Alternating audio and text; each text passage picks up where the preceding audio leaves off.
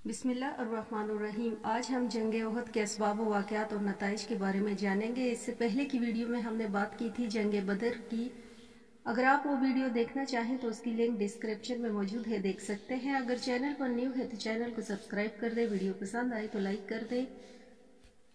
तो सबसे पहले हम जंग उहद के असबाब के बारे में जानेंगे कि जंग बदर में कुरैश मक्का के 70 आदमी मकतूल हुए थे, जिनमें उतबा और अबू जहल जैसे मुअज़्ज़ज़ रऊसा भी शामिल थे। इस लिहाज से मौक़े बदर कफ़ार मक्का के लिए रब ताला की तरफ से बहुत बड़ा निशान था, लेकिन इसकी आंखें न खुली, बल्कि उन्होंने बदर की शिकस्त ख्वाश का इंतकाम लेने की ठान ली। कौमी गैरत की वजह से कुरैश ने मुनादी करा दी कि कोई शख्स रोए ना और ना ही अपने मकतूल रिश्तेदार का सोग मनाए। तमाम सरदार कुरैश ने मुतफ़िक़ा फैसला किया कि शाम के काफ़िले तिजारत जिसकी वजह से बदर का वाक़या पेश आया था, इसका कुल मुनाफा मुसलमानों के खिलाफ जंगी तैयारियों में सर्फ किया जाएगा।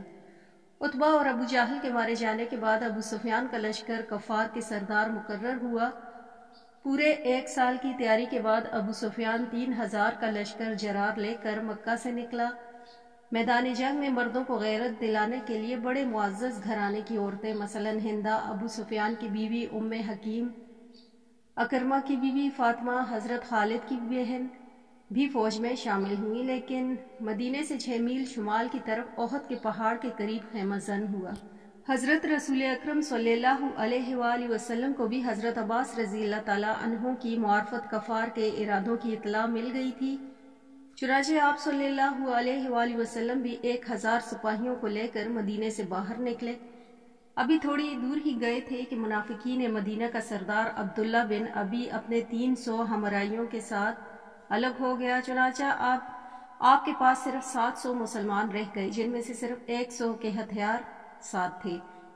मगर इन मुजाहिदीन के सीने जोश और ईमान से मामूर थे। जंग मैदान में पहुंचकर हजरत रसूल अकरम सल्लल्लाहु अलैहि वसल्लम ने अपनी फौज यूं तरतीब दी कि ओहद की पहाड़ी मुसलमानों की पुष्ट की जानब थी। इस पहाड़ी में एक दर्रा से दुश्मनों का हमले का खतरा था। आपने अब्दुल्ला बिन जबर रज़ी अल्लाह ताला अन्हु को 50 तीर अंदाजों के साथ इस दर्रे पर मुतय्यन कर दिया, ताकि काफिर इस तरफ से मुसलमानों की फौज पर हमला न करें। आप सल्लल्लाहु अलैहि वसल्लम ने इन्हें ये ताकीद हुक्म दिया कि हमें फतह हो या शिकस्त, तुम अपनी जगह से हिलना मत और दुश्मन को मौका न देना कि वो इस तरह से हम पर हमला आवर हो। और इस तरह आप सल्लल्लाहु अलैहि वसल्लम ने बचाव की तदबीर पहले से इख्तियार कर ली। अब लड़ाई बड़े जोर से शुरू हुई। मुसलमानों के लगातार हमलों से दुश्मनों के पांव उखड़ने लगे। हजरत हमजा रजी अल्लाह ताला अन्हु, हजरत अली रजी अल्लाह ताला अन्हु, हजरत अबू दजाना रजी अल्लाह ताला अन्हु के हमलों से कफ़ार बदहवास हो गए और अबू सुफियान मैदान जंग से भागने की तैयारी करने लगा। मगर बदकिस्मती से दर्रा के 50 तीर अंदाजों ने जब काफरों को पीछे हटते देखा तो मुसलमानों को फतेहयाब समझकर इनमें से 40 तीर अंदाजों ने अपनी जगह छोड़ दी। इसका नतीजा ये हुआ कि काफरों ने खालिद बिन वलीद की मातहती में इधर से मुसलमानों पर हमला कर दिया। थोड़ी देर बाद हजरत हमजा रज़ी अल्लाह ताला अन्हु वैशी नामी एक हबशी गुलाम के हाथों बेदर्दी से शहीद हो गए। इस तरह जंग का नक्शा एकदम से बदल गया और मुसलमानों की फतह शिकस्त की सूरत इख्तियार करने लगी। इतने में यह गलत अफवाह उड़ी कि हजरत मोहम्मद सल्लल्लाहु अलैहि वसल्लम शहीद हो गए हैं। इससे मुसलमानों के रहे सहे होश और हवास भी जाते रहे और इनमें अक्सर मुसलमान इधर उधर मुंतशिर हो गए। सिर्फ 14 जानिसार आप सल्लल्लाहु अलैहि वसल्लम के साथ रहे।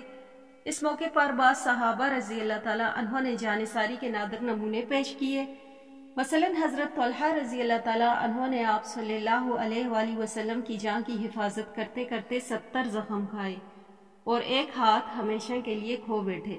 हजरत अली रजी अल्लाह ताला अन्हों इन खतरनाक लम्हात में हजरत मोहम्मद सल्लल्लाहु अलैहि वसल्लम की पूरी हिफाजत करते रहे।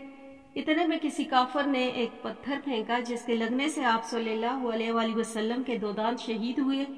फिर एक काफर ने आप सल्लल्लाहु अलैहि वसल्लम के सर पर तलवार मारी, जिससे खूद की 2 कड़ियां चेहरे में चुभ गईं। और इस इंतहाई तकलीफ की हालत में चंद फिदाइयों ने अर्ज किया कि या रसूलल्लाह सल्लल्लाहु अलैहि वसल्लम, अब तो इन काफरों के हक में बद्दुआ कीजिए। इनके जवाब में रहमत आलम की जुबान से ये जुमला निकला जो तारीख इंसानियत में आब-ए-ज़र से लिखे जाने के काबिल। या अल्लाह, तू मेरी कौम को हिदायत कर कि ये नहीं जानते कि वो क्या कर रहे हैं। चंद जानिसारों के साथ एक पहाड़ी की चोटी पर آپ چڑھ گئے۔ ابو سفیان نے آپ کے تعاقب میں پہاڑ چڑھنے کی کوشش کی، مگر حضرت عمر رضی اللہ تعالیٰ عنہ اور چند دیگر صحابہ رضی اللہ تعالیٰ عنہ نے پتھر برسا کر اسے پسپا ہونے پر مجبور کر دیا۔ ابو سفیان اس فتح کو غنیمت سمجھ کر مسلمانوں سے کہا کہ آج ہم نے بدر کا بدلہ لے لیا ہے، اگلے سال پھر بدر کے مقام پر جنگ ہوگی۔ ان کے بعد وہ اپنی فوج سمیت مکہ کو واپس ہو گئے۔ اس لڑائی میں 23 کافر مارے گئے اور 70 مسلمان شہید ہوئے، جن میں 4 مہاجر اور 66 انصار تھے۔ اس لڑائی میں مسلمانوں کو فتح ہونے والی تھی کہ چند آدمیوں کی غفلت سے ابتدائی کامیابی شکست میں تبدیل ہو گئی۔ فرمان رسول اللہ صلی اللہ علیہ وآلہ وسلم کی فراموش کا خمیازہ مسلمانوں کو بھگتنا پڑا اور آنے والی نسلوں کے لیے درس عبرت بن گیا۔ جنگ احد جیتنے کے بعد عسکر قریش کے میدان جنگ سے واپسی ایک تاریخی معمہ ہے جسے مورخین آج تک حل نہیں کر سکے کہ وہ کیا چیز تھی جس نے کفار کے لشکر کو خود بخود واپس جانے پر مجبور کیا۔ حالانکہ اہل اسلام کے لیے اس وقت انتہائی مشکل کی گھڑی تھی، باقاعدہ جنگ کرنا ان کے لیے مشکل تھا۔ اگر کفار اپنے فتح کو فیصلہ کن مرحلے پر پہنچانے کی کوشش کرتے تو ان کی کامیابی یقینی تھی، مگر نہ معلوم وہ کیوں اور کس طرح خود بخود میدان چھوڑ کر واپس چلے گئے۔ اس جنگ میں اکثر خواتین اسلام نے بھی حصہ لیا۔ آپ صلی اللہ علیہ وآلہ وسلم کی پیاری بیٹی حضرت فاطمہ زہرا رضی اللہ تعالیٰ عنہ نے اپنے والد محترم کے زخم دھوئے، چٹائی کا ٹکڑا جلا کر اس سے زخم بھرے اور پھر ان پر پٹی کی۔ ان کے علاوہ حضرت عائشہ رضی اللہ تعالیٰ عنہ، ام سلیم اور ام سلیت نے بھی زخمی سپاہیوں کی مرہم پٹی کی اور انہیں پانی بھی پلایا۔ جنگ احد کے نتائج کی بات کریں تو جنگ احد غیر فیصلہ کن ثابت ہوئی۔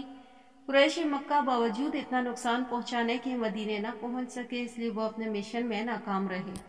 جنگ سے کچھ دیر پہلے منافقین مدینہ نے مسلمانوں کا ساتھ چھوڑ دیا۔ وہ اب اپنی نازیبہ حرکت کے باعث خوب رسوا ہوئے۔ آئندہ کے لیے مسلمان ان سے چوکنے ہو گئے۔ البتہ یہودیوں اور کئی دیگر قبائل کے حوصلے بلند ہو گئے۔ انہوں نے مسلمانوں کو زق دینے کی ٹھان لی۔ کھلے میدان میں مقابلہ کرنے کی تو ان کی ہمت نہ تھی، اس لیے انہوں نے دغا و فریب سے مسلمانوں کو نیچا دکھانا شروع کر دیا۔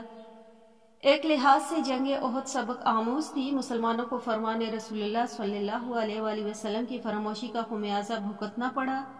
انہیں اس بات کا سبق مل گیا کہ اطاعت امیر سے انحراف کرنا بہت بڑی تباہی کا باعث بن سکتا ہے، اس لیے فتح ہو یا شکست اطاعت امیر ہر صورت میں لازمی ہے۔